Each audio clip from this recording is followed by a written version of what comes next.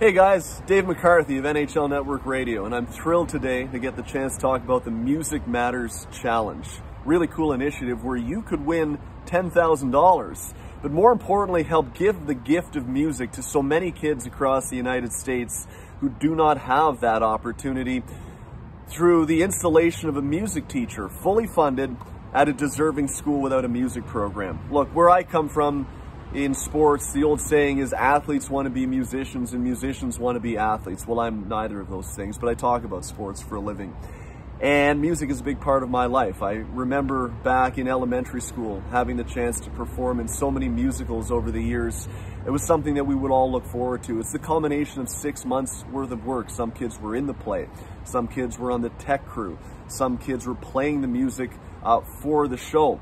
And we always look forward to drama day around about this time of year where nobody had class that day. We spent the entire day working out the kinks of the musical, the play, to make sure we were ready to go for showtime later that week. And it doesn't matter whether you play music, whether you're involved with music, whether you're involved on the tech side.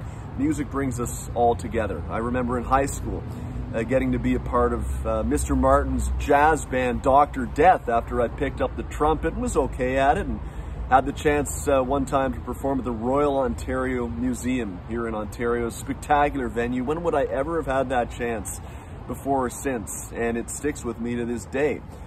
You know, in our game in hockey, sports are much like music in a way that it's very evocative. You know, and we here in Canada, a loss this week. Bob Cole, the legendary play-by-play voice of Hockey Night in Canada, called NHL games for over 50 years, passed away at the age of 90. And we had the longtime host of Hockey Night in Canada, Ron McLean, on my show recently, and I asked Ron, what made Bob brilliant? And Ron said, Bob, a big fan of Frank Sinatra, he said, Bob sang the games, right? And it was artistry at work. And that's what really music is all about.